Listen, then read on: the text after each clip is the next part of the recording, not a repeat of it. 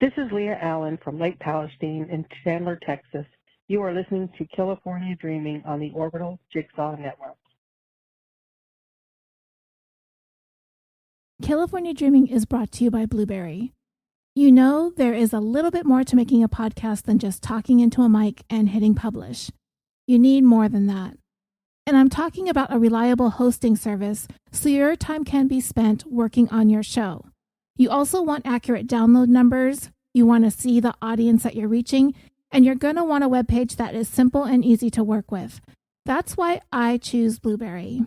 With its simple media hosting and fully integrated WordPress website, it can't get any easier. So if you host a show or if you're thinking about starting one, visit www.orbitaljigsaw.com/dream to give BLUBRRY a try for a month for free.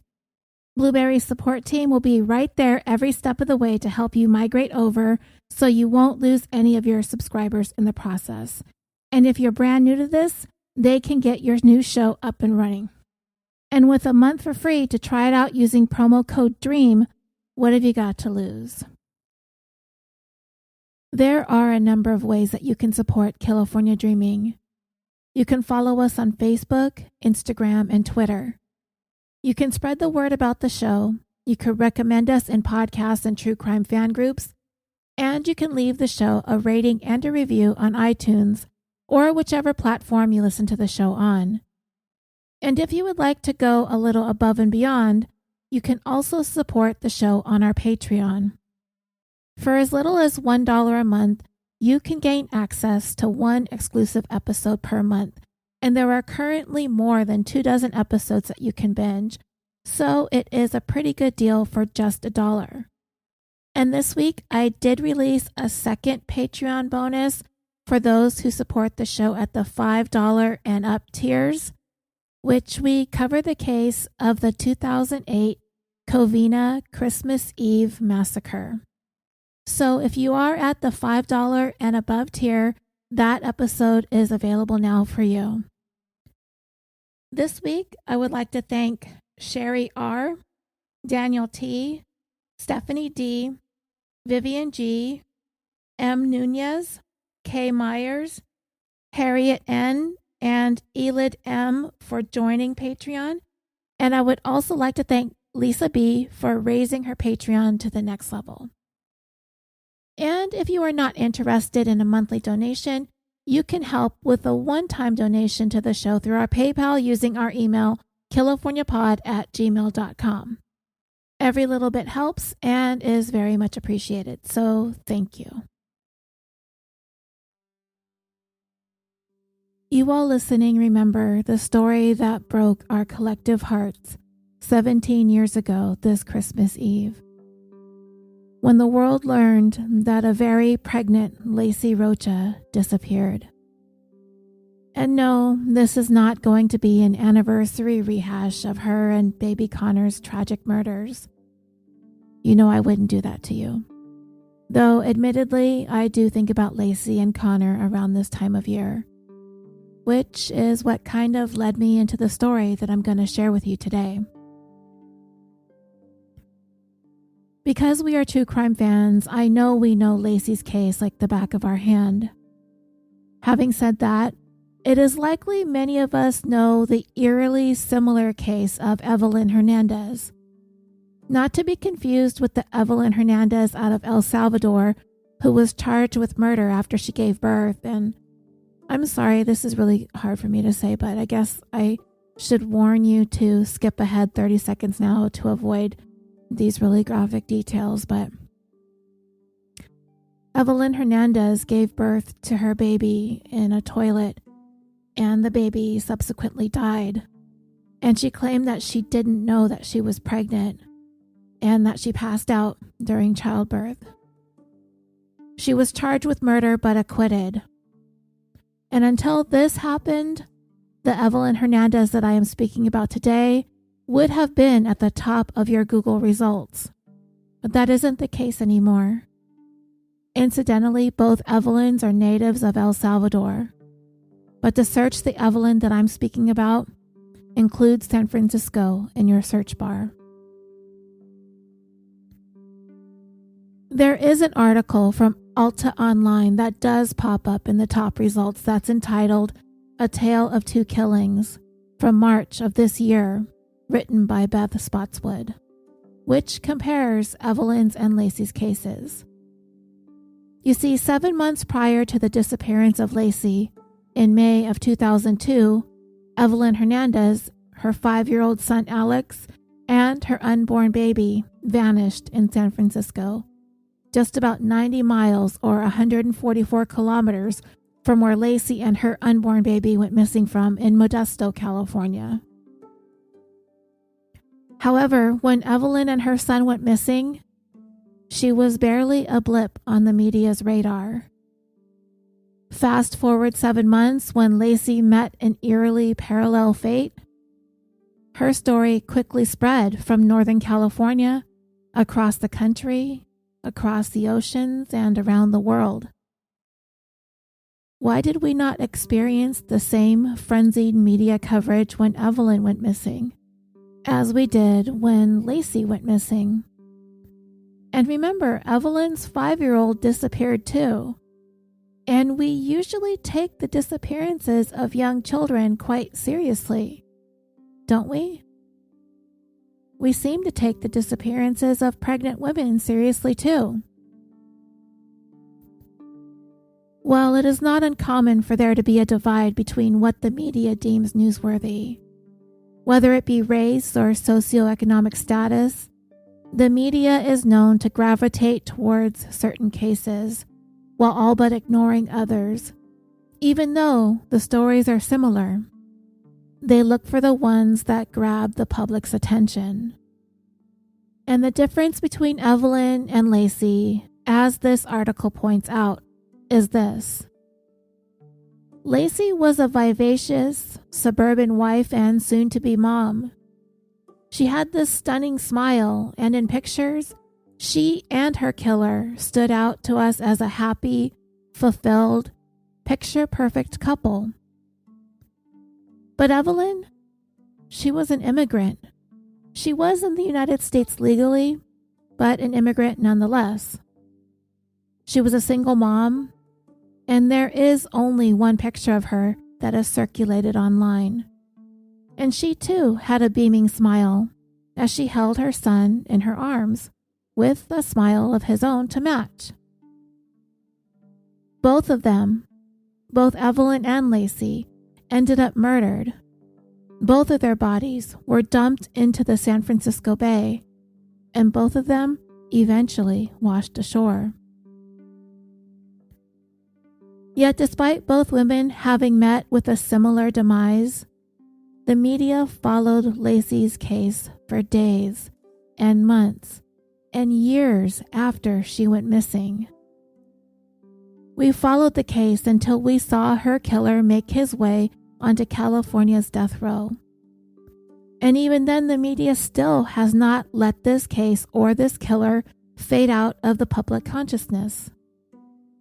In 2017, Lacey's killer finally spoke publicly, for the first time since his conviction, for a documentary about the case that was released that same year.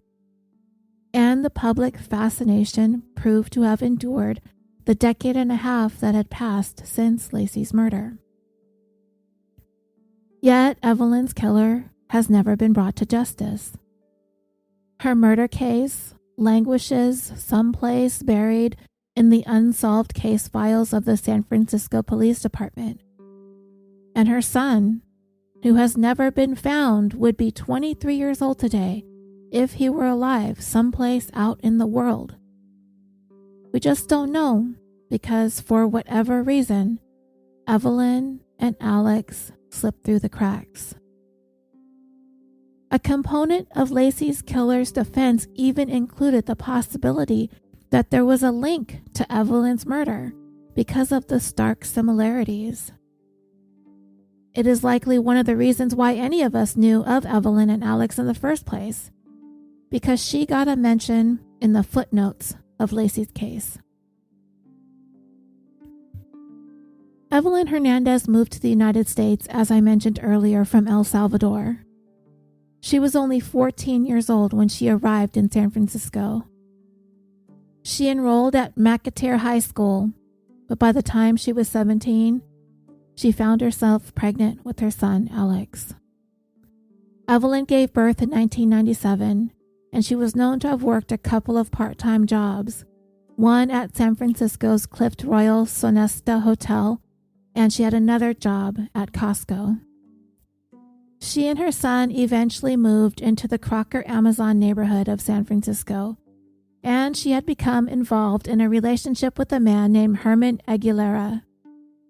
At the time, Evelyn was 24 and he was 36.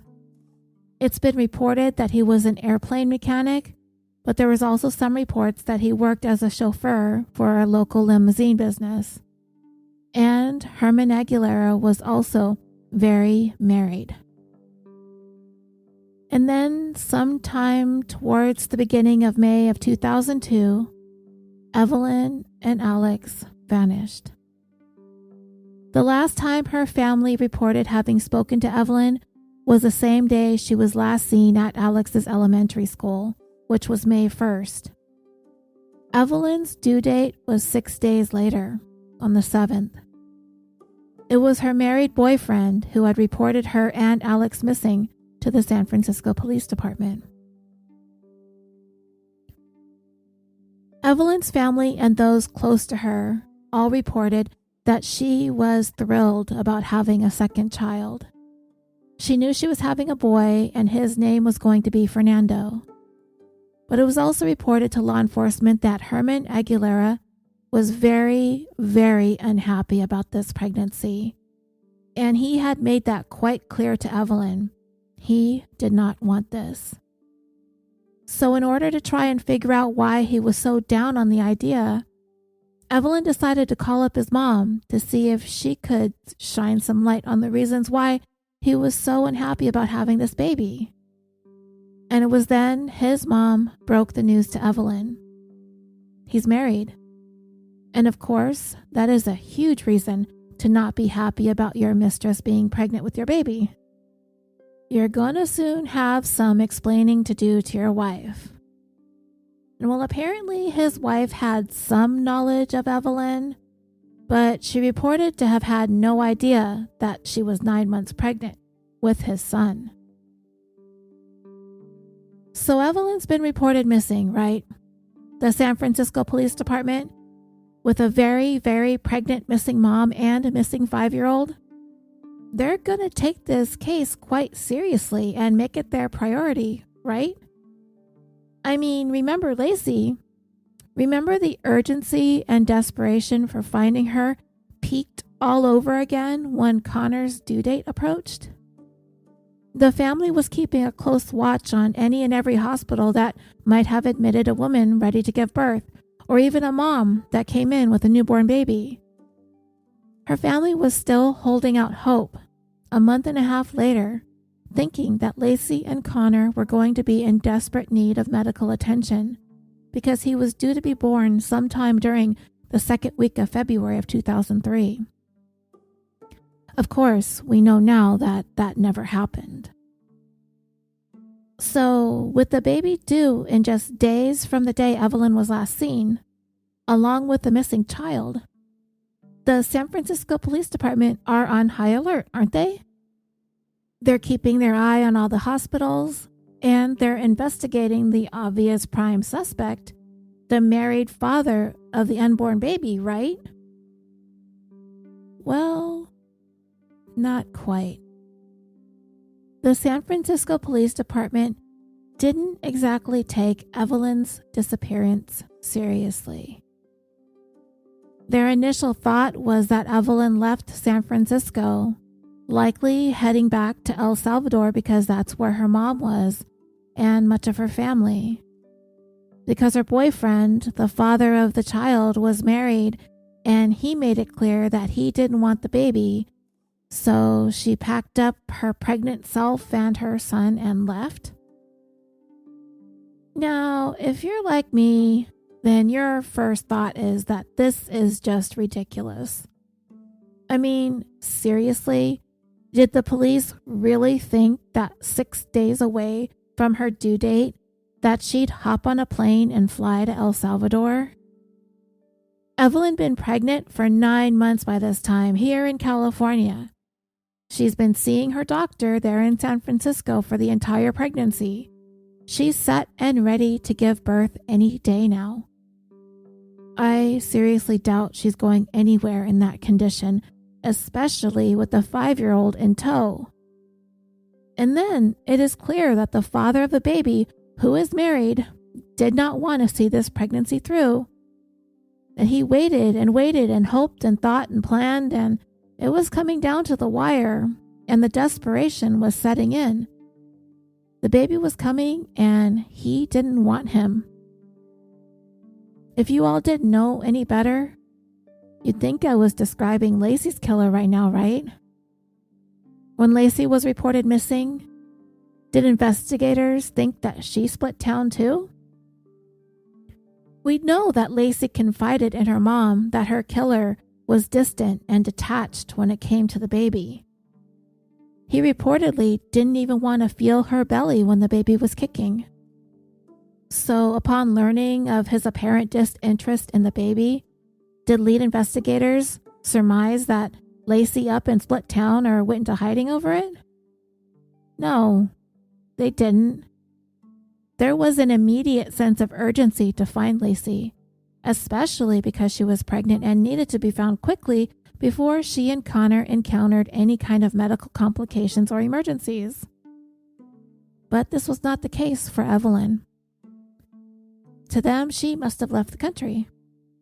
Never mind the fact that a quick check of the airport would have easily cleared that up, as there would have been a record of her leaving, if she did in fact go to El Salvador. And there was no indication that she boarded a plane or ever left the country. A few days after Evelyn went missing, her wallet, which contained cash and an uncashed disability check paid to the order of Evelyn Hernandez, was found someplace in South San Francisco. And where it was found just happened to be a couple of blocks away from Herman Aguilera's place of employment. It was at that point police began to think that perhaps Evelyn had met with foul play. Really? You think? I mean, the whole wallet with the money and an uncashed check pretty much must have blown their theory out of the water that she had left town. Finally, the police department began treating Evelyn's case as a missing person. So, what about this married boyfriend guy? Apparently, his wife was the one that provided him with his alibi, telling authorities that he was with her the day Evelyn reportedly went missing. But according to the article on Alta Online, the specifics of Aguilera's whereabouts remain sketchy. While, when you look at Lacey's case, the most inconsequential details surrounding the time that she went missing all had been tracked down, confirmed, checked, and double-checked pretty much minute for minute. And again, nobody ever even entertained the thought that Lacey may have left town. And then there is also the sad reality that there was really no one close to Evelyn living in the San Francisco area that was able to advocate for her in the media the way that Lacey's family was able to do so. They were able to go before the media and make their pleas for Lacey's safe return. They were able to set up information tip lines and hold public vigils, and they stayed present in the media, and the story quickly made national and international news. Evelyn just didn't have that. And also, according to the article in Alta Online, Evelyn's own hometown newspaper, the San Francisco Chronicle, ran 32 articles about Lacey from December of 2002 through April of 2003, 4 of which found their way onto the Chronicle's front page. And it really wasn't even Lacey's hometown.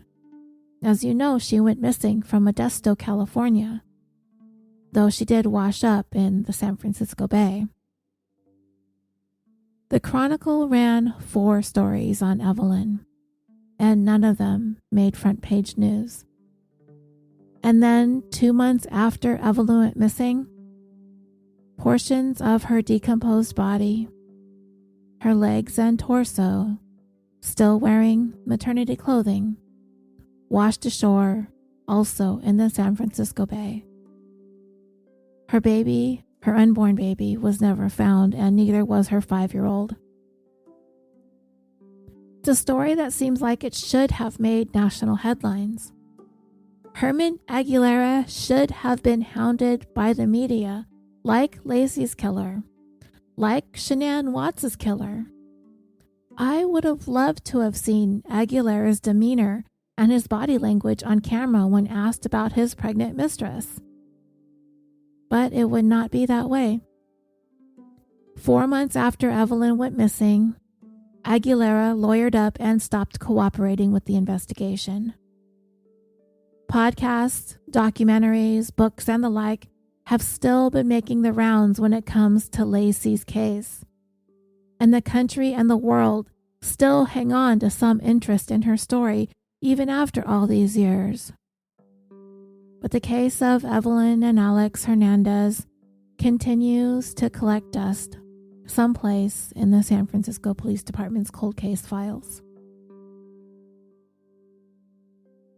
There are conflicting reports as to what are the first and second leading causes of death of pregnant women. One study reports that car accidents are the leading cause, while another study reports that homicide is the leading cause. Whichever is the case, the fact is being pregnant brings about an alarming risk for the expectant mom to become a victim of domestic violence, as she is in one of the most vulnerable places in her life. She's physically vulnerable, emotionally, and along with all the other stress factors that go along with expecting a new baby. So when that pregnancy is unwanted by the father, anger and resentment may start to set in, leading him to take drastic steps to ensure that this pregnancy is not carried to full term. Half the women that are murdered in the United States are killed by an intimate partner, and about 15% of those are pregnant. So the urgency for pregnant women to be counseled and talked to about domestic violence by advocates is vital, not just during the pregnancy, but also during the postnatal appointments. And the same should be said for men who are feeling the anxiety and pressure that comes with expecting a baby. Expectant fathers also need a place to reach out for help if it's becoming overwhelming, and they have to before it's too late. Dreamers, I have a story for you today about a young woman from right here in Southern California. She met a guy. They had a fling. They ended up pregnant, and he ended up very unhappy about it. Very unhappy. And it wasn't the first time that he found himself in this predicament. We know the lengths that some men will go to when they are saddled with an unwanted pregnancy. And we are going to meet one of those men who did what he could to try and make sure this problem of his would go away. In this 123rd episode of California Dreaming, the tale of the unborn victim.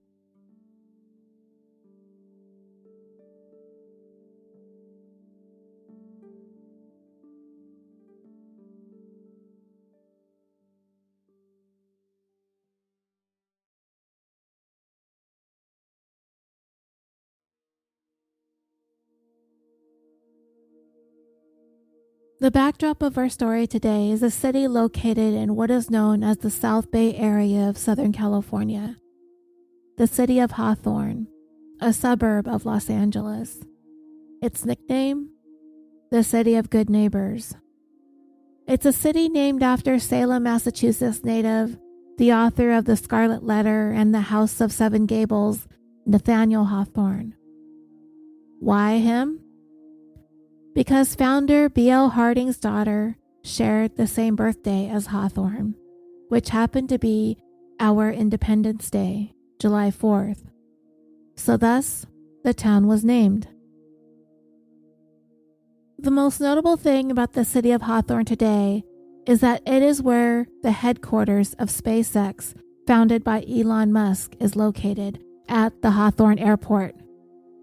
Also, Northrop Grumman was founded in Hawthorne also in 1939, whose buildings are currently being used to house SpaceX.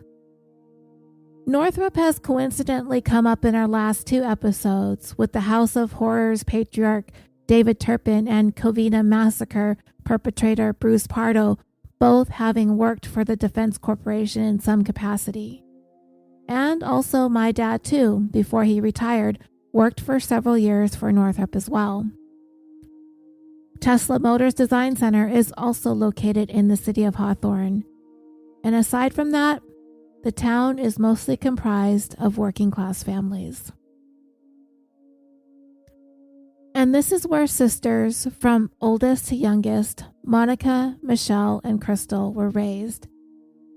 Like so many in the community, the Taylor family was very close, very tight-knit, and the matriarch, they referred to her as Momo, she is the one who instilled these values in her girls.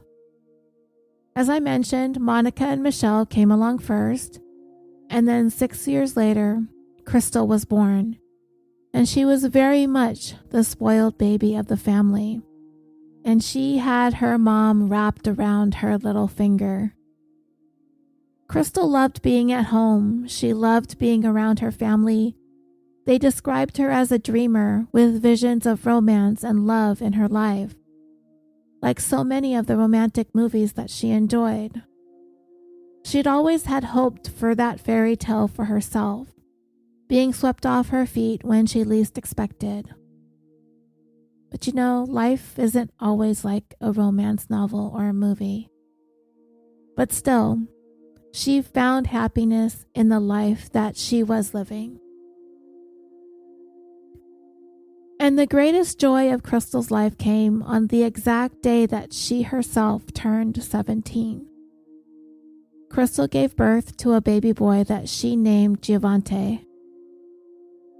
But even up until the day he was born, Crystal knew that her fairy tale was not going to have Giovante's dad written into it. She just knew in her heart that she would be raising this boy on her own. That her Prince Charming was still someplace out there in some yet-to-be-discovered corner of the world. Crystal had all the confidence in the world that she and Giovante would have a perfect life on their own because she was completely surrounded by her family, her sisters, her mother, her nieces. There would be no shortage of love for Giovante. Not in that family. Not for a second. The fact is that most of the girls in the Taylor family became moms at a young age. But they made sure and insisted that this would not derail anyone from achieving their dreams or reaching their goals in life. They had each other's back, and that meant, yes, Crystal was 17 years old, not out of high school yet, and the mother of a newborn baby boy. But she would be back in school, she would finish, she would make her way through life just fine, whether it be college or work. Whatever path she took, having a baby was not going to stand in the way of that, because everyone was there to make sure her son would be well taken care of while Crystal finished growing up herself. In 2001, youngest sister Crystal and middle sister Michelle were living in the same apartment complex in separate apartments, raising their kids, still in Hawthorne. Their mother, Momo, had also lived in that same apartment for a time. But as she was aging, she began to struggle with some health-related issues, and she had to make the tough decision to move from Hawthorne to Texas. Momo had a sister who was a registered nurse that would be able to provide Momo with the care that she needed. And it wasn't too long after Momo left for Texas that the girls received a call from their aunt that their mother's health had suddenly began declining, and they needed to make their way to Texas as quickly as possible, as she wasn't sure how much longer Momo was going to be able to hang on. Unfortunately, the girls received this news on one of the worst and most tragic days in the history of the United States, September 11th. They were not going to be able to get a flight to Texas. And there was no telling at that point following the terrorist attacks when they would be able to. So the girls hit the road and drove to Texas to visit their ailing mother. The girls, Crystal especially, stayed by Momo's side the entire time. Crystal refused to leave her mother's side, and her being there along with everyone else really seemed to help Momo along as she started improving and her health was stabilizing. Sometimes all it takes is a little bit of love. Well, the girls stayed with Mom for about 2 weeks before making that long drive back to California. They got back to Hawthorne sometime during the night, going into the early morning hours of Sunday, September 23rd. 2 days later, Crystal Taylor would be dead. A 911 came early in the morning of Tuesday, September 25th, 2001, to report that a single gunshot had been heard, and a woman was discovered lying on the ground in the garage area of the apartment complex in Hawthorne. Police arrived at the apartment, including the lead detective on the case, Robbie Williams. He arrived to find first responders doing what they could to try and save Crystal's life, who had suffered one gunshot wound to the back of her head. So Detective Williams went ahead and secured the scene and spoke to as many witnesses as quickly as he possibly could. This crime had happened at the beginning of the work and school day, so there were plenty of people around who may have had some vital information about who may have done this. And there were several people who heard the gunshot. One witness was making breakfast at the time Crystal was attacked and had heard the gunshot, at which point he glanced out his window and saw a man fleeing on foot from the area. A girl, 11 years old, headed to school, standing out in front of the apartment complex, also heard this gunshot, and when she took a look around, she too saw a man running, and in his hand he held something shiny. She looked on as this man hopped a nearby fence and continued running. Unfortunately, there was nobody who witnessed the actual shooting itself, nor was Crystal's apartment complex equipped with any type of surveillance system.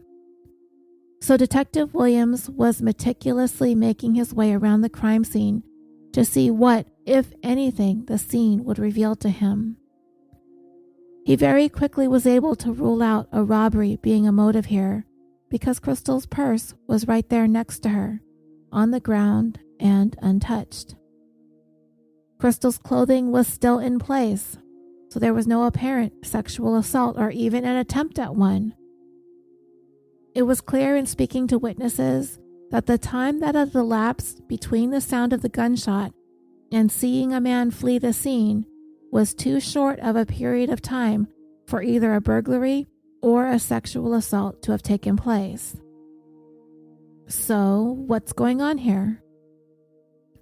Detective Williams had his work cut out for him.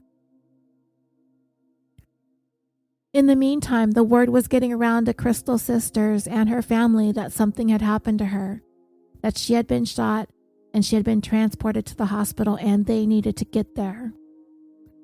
The first to arrive was Monica, but she arrived only to be told the devastating news that there was nothing that they could do. Her sister Crystal had succumbed to her injuries. She was only 27 years old. And then one of them needed to break the news to Momo, who had just spent 2 weeks being cared for in the loving arms of her baby girl, who was just getting a little bit better because of it.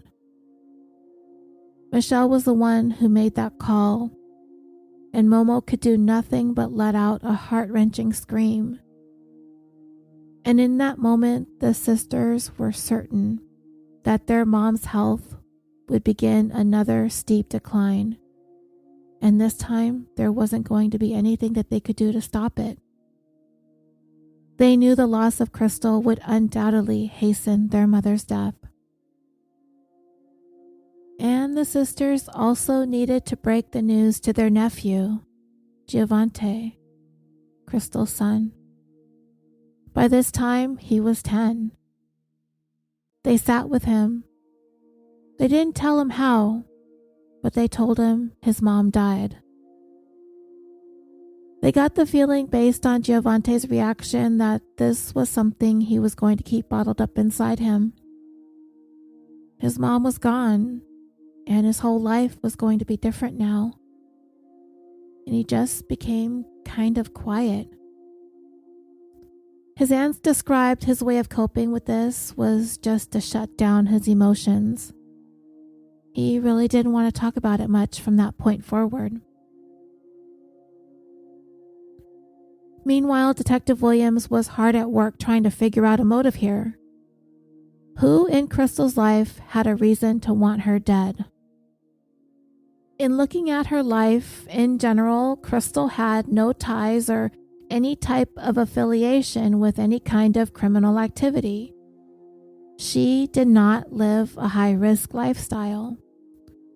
So, Detective Williams next turned to those close to Crystal, people in her inner circle, her family, her loved ones, and the people that she may have been romantically involved with.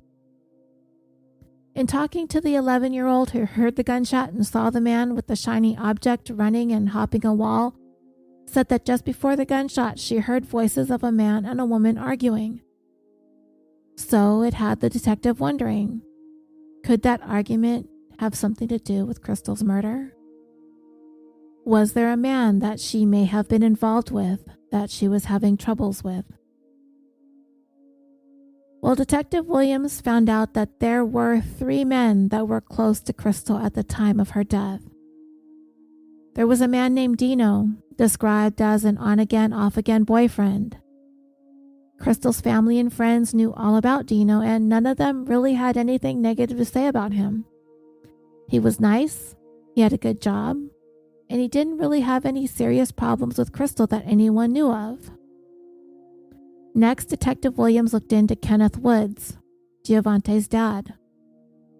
Looking into him, it seemed as though Kenneth had not taken a very active role in Giovante's life. He just wasn't around a lot. There was a court order in place for him to pay child support to Crystal, and there had been some ongoing disputes over that, though that isn't unusual. Then, when Detective Williams next went over to Crystal's place of work and spoke to some of her co-workers who described themselves as pretty close friends of Crystal's, they were clearly devastated and stunned when they received the news that Crystal had been so violently murdered. But they did have some tantalizing information to share with the detective. They told him that Crystal was about 5 months pregnant, and the father of the baby had made it clear that he did not want Crystal to keep this pregnancy. This was the first Detective Williams had heard that Crystal was pregnant. She was not far along enough for responding medical personnel to be able to tell by looking at her that she was. Detective Williams, when he saw Crystal, he wasn't able to tell either. So yes, when the man who shot Crystal killed her, he also killed her unborn baby, a baby boy. Crystal's friends at work identified the father of the unborn baby as a man named Derek Smyer. Detective Williams' urgency to find Derek Smyer suddenly peaked especially when he was told by Crystal's friends that not only did she tell them that Derek Smyer did not want this pregnancy, but he was also urging her to terminate it.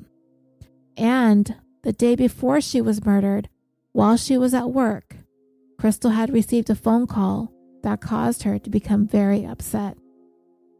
Detective Williams went looking for this Derek Smyer to see what was going on with this guy.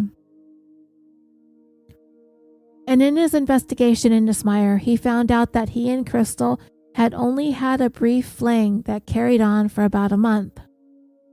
They had a chance encounter at a local park called Anderson Park, and it was located near where both of them worked, and they both occasionally spent their lunch breaks there. That's how they met. When the detective showed up at Smyer's place of work, he happened to be out at lunch at the time. So he went back to Crystal's work and asked if a couple of them could come with him to Anderson Park to help him find Derek Smyer.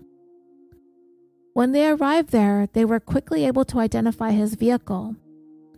It was a silver Mustang with a personalized plate that read, "My Whip." Now, out of curiosity, I went to the Urban Dictionary to see what this slang was all about. I wasn't really quite sure of the origin. Apparently, whip dates back to the stagecoach days. The whip was used to control the horses that pulled the stagecoach, right? So eventually, the whip became an analogy of a steering wheel, since that's what's used to control a car. Then some years later, the Mercedes-Benz emblem was thought to sort of look like a steering wheel. So Mercedes-Benzes started being referred to as a whip, particularly in hip-hop music. Eventually, whip came to be used to describe any expensive car, not just a Mercedes. Hence, this Derek Smyer guy with his Mustang, get it with the horses and all that, and expensive car, yeah, that's the vanity plate that he had. So, you're already kind of getting an idea of what this guy is like, right? If you're sensing a hint of arrogance here, you're probably not wrong. I'm feeling the same thing here. Before long, Crystal's friends from work identified Derek Smyer for Detective Williams, and soon, Smyer was brought down to the Hawthorne police station for questioning. And he willingly answered the detective's questions. He said that it had been more than 2 months since he'd last seen Crystal, and said that as quickly as they started up a casual sexual relationship, it ended just as quickly. And beyond that, he really had not much in the way of anything useful to provide for investigators. Detective Williams did ask Smyers if he knew of any other boyfriends, if Crystal had mentioned anyone else to him. And he said that there was a guy that she said would sometimes show up at her apartment, that she wanted him to stop calling because he kept trying to get back with her.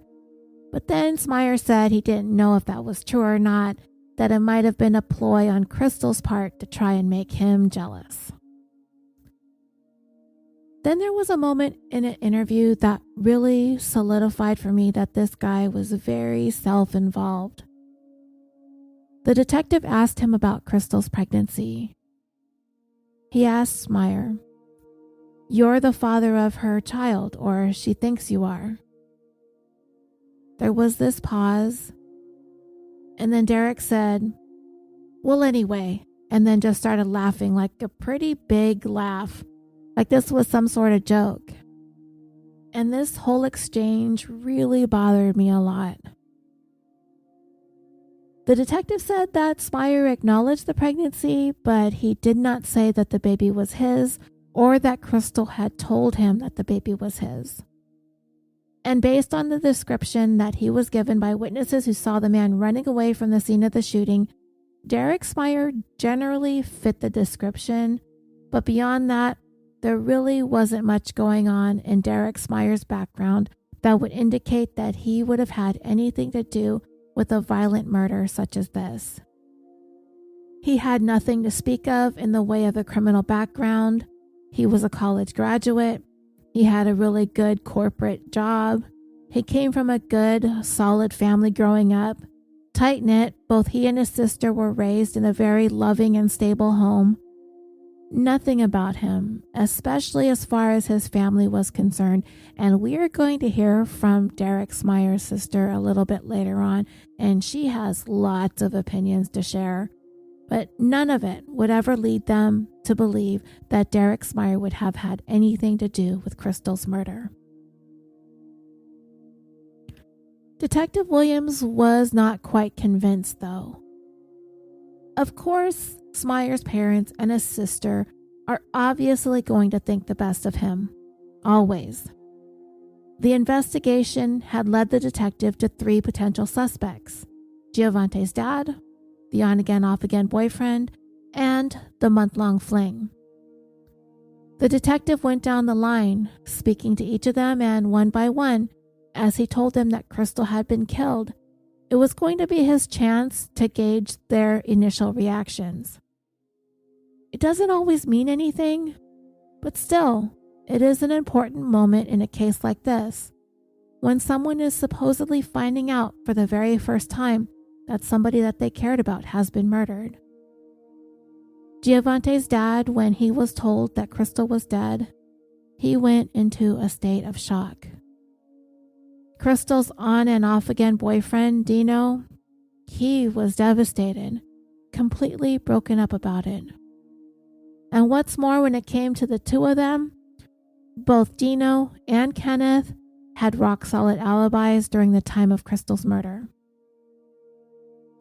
What about Derek Smyer?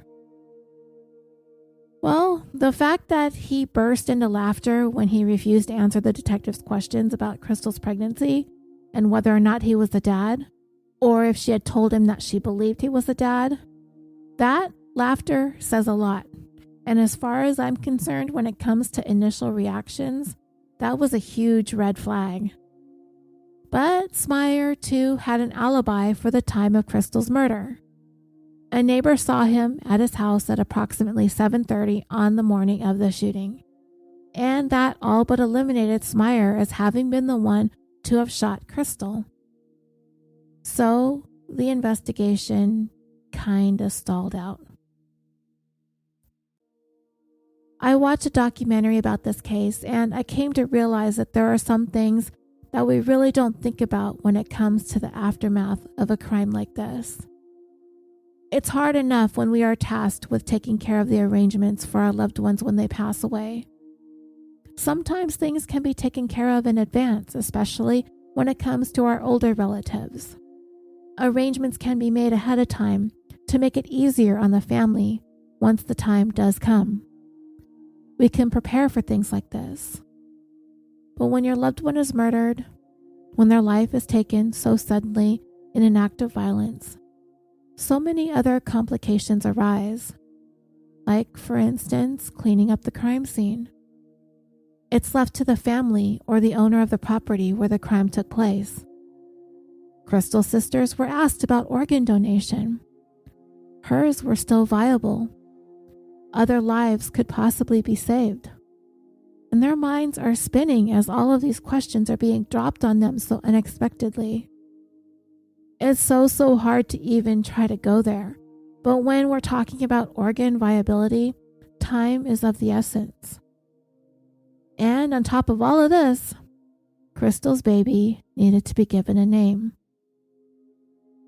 Fortunately, the sisters knew that Crystal planned on naming the baby Jeremiah, so that would be the name once his death certificate would be issued. Crystal's family then laid her to rest with her unborn son, and from there, the family completely focused on finding out who did this to their sister and why. Crystal's family racked their brains and their memories to try and think of anything and everything that they could possibly think of in the days leading up to Crystal's murder. Was there something that stood out? But there wasn't much, though. They had just spent 2 weeks in Texas visiting Momo and had only been back in town and back to work for 2 days when Crystal was killed. But Michelle, Crystal's sister, who lived in the same complex, did recall an encounter that she had the day before the murder that rattled her, even at the time that it happened, before Crystal was killed. This encounter really had her shook. She'd come down the stairs with her kids, and as she rounded the corner to make her way through the lobby of their building, she saw a man sitting on the staircase. It was a man that she did not know. He did not live in their building, and she had never seen him before. So she questioned him, "What are you doing here?" And he answered that he was waiting for a friend. For whatever reason, whether it was instinct or intuition, this man's presence did not sit well with Michelle, and she made the conscious effort to remind herself to make a mental note of what this man looked like. And just in case there was something to be worried about, she gave Crystal a call to tell her about the man that she had seen loitering in the lobby and told her to be careful when she came down the stairs. Could this have been the same man that came back the next day and shot Crystal to death? Detective Williams was going to try and find out. The detective knew that he had at least one good witness that got a look at the fleeing man's face. That 11-year-old who had been standing out in front of the apartment when she heard the gunshot and saw him running away carrying a shiny object. Her name was Shavana Hall, and she was asked to come down to the police station to work with a forensic artist so they could try and put together a rendering of what this man looked like. Michelle Taylor did the same thing and worked with the same artists, and the composites that the two of them came up with independently of each other were almost identical. Which is great, but the drawing did not look like any of the men that Crystal was involved with, Dino, Kenneth, or Derek. None of them resembled this drawing. So Detective Williams was going to have to keep looking. But Crystal's sisters, they were not going to sit idly by and wait for the detective to try and weed out another suspect. Michelle had a first-hand look at this man, and his face was seared into her memory. She wanted to find him, so she too hit the streets along with Monica by her side. Together, they scoured the neighborhoods. They scanned every single face of every young black man that they encountered to see if he was the one. Not the safest thing in the world to be doing. They are obviously looking for someone quite dangerous, but at the same time, they were so driven to get this guy because Michelle had seen him. She saw him, and the more she thought about it, the more she felt like it was no coincidence that Crystal was killed the very next day after she had that encounter with this man in the lobby. There just had to be a connection. She had to look for him herself. And the sisters sleuthing actually came up with a name. Well, at least a street name. C. Styles. They had been showing this guy's picture around, and someone identified him as a local gang member who went by that name on the streets. C. Styles. Of course, once they had his name, they thought about trying to track him down, but then they kind of sort of came to their senses and they were like, what do we do if we do find him? So instead, they turned this information over to Detective Williams. And fortunately for the family, the detective was working as diligently as he could on the case. So he took their information very seriously, and he ran it through his computer database of known gang members. And he quickly realized that there wasn't just one guy that went by the street name of C. Styles. There were several of them. But he was able to narrow it down to one guy who was in the area, and he was out on parole at the time that Crystal was killed. His real name was Skylar Jefferson Moore. Okay, so who is Skylar Moore and how is he connected to Crystal Taylor? This would not be the easiest question in the world to answer, as there was no obvious connection right away. There was no information that anyone had to show that Crystal ever knew or met Skylar Moore. So Detective Williams needed to widen his scope. And through his investigation, he found out that Moore was a regular at Anderson Park.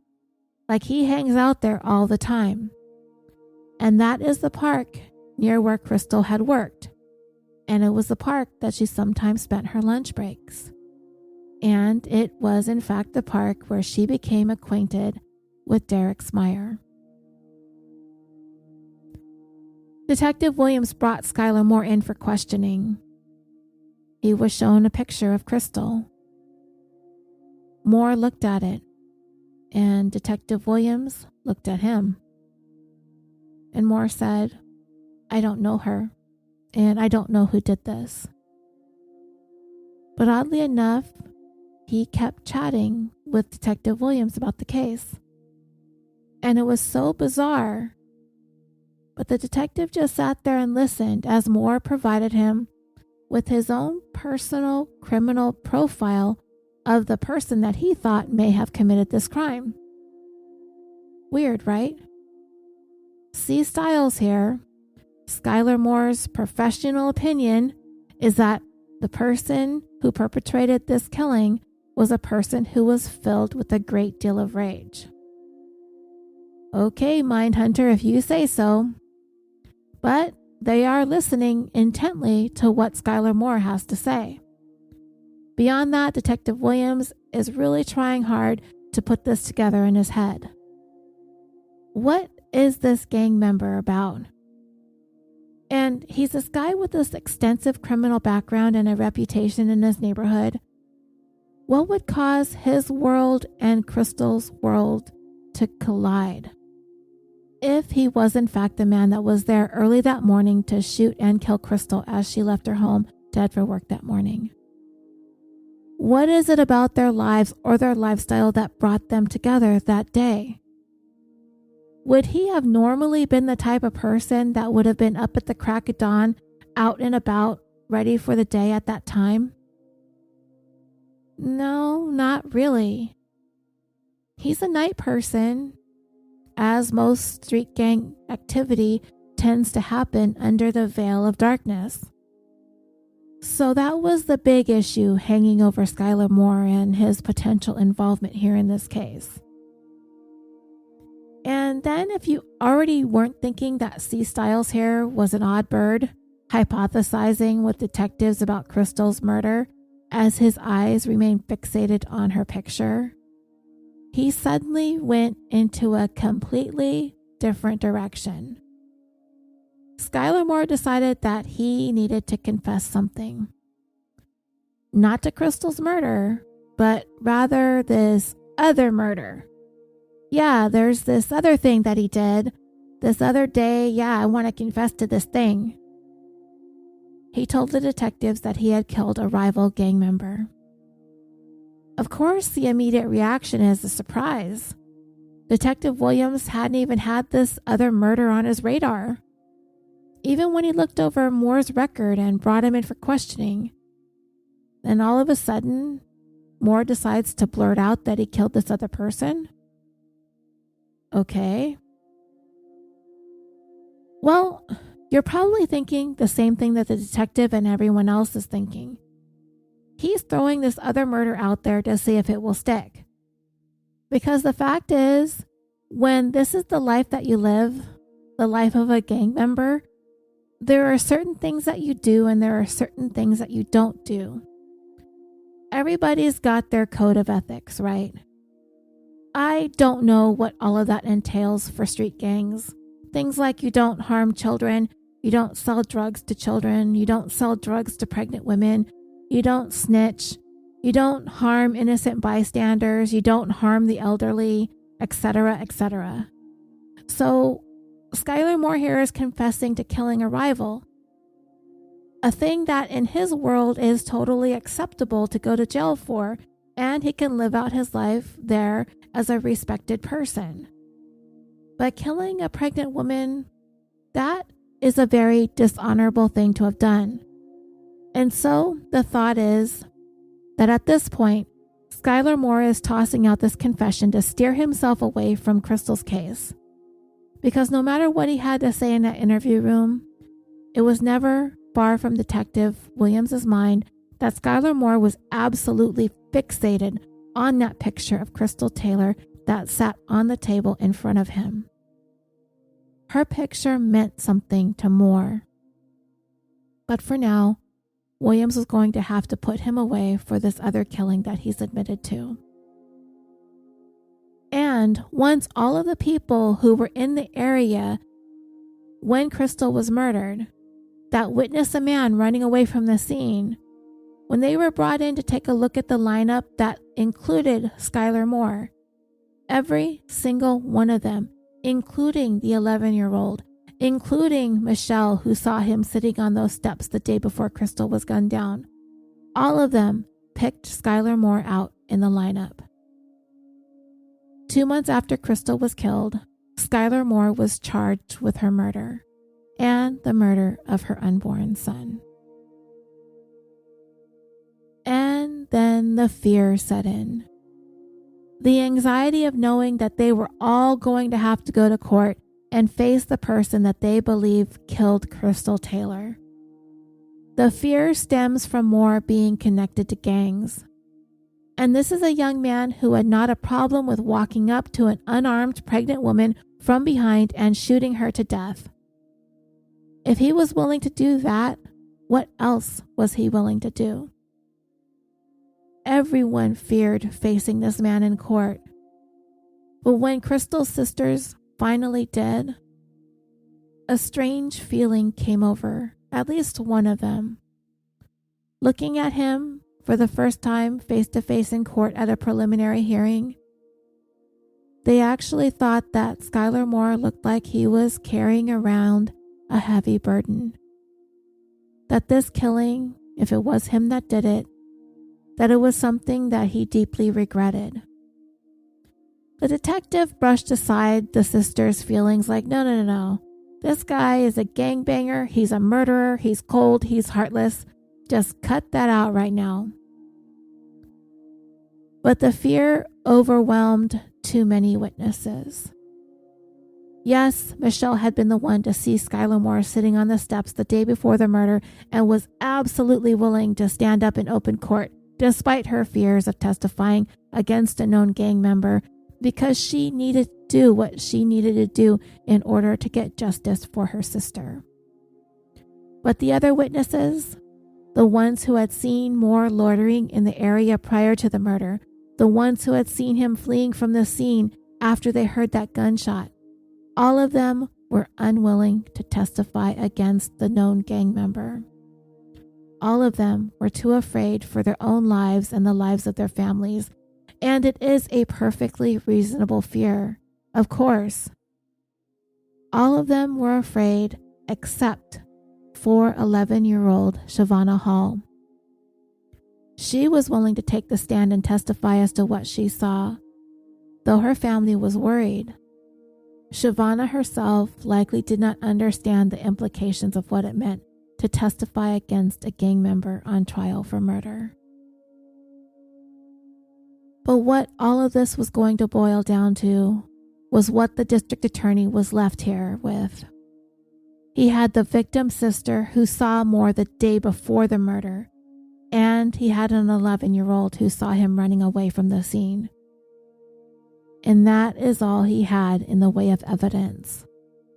All the other witnesses backed out. There was not a single shred of physical evidence linking Moore to Crystal's murder.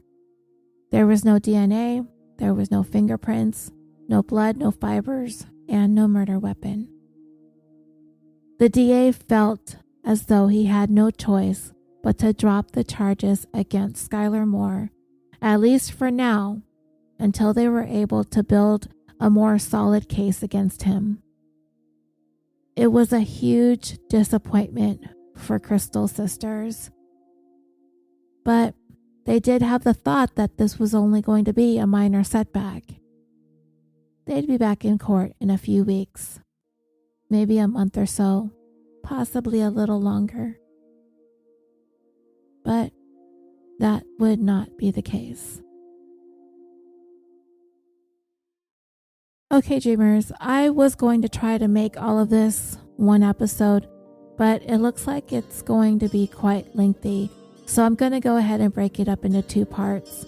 But they're going to be released like the others in very close succession to one another. So hang tight. The second part and the conclusion of the story will be available very soon. As always, thank you so much for listening. I hope you all have a very wonderful holiday. And until next time, sweet dreams.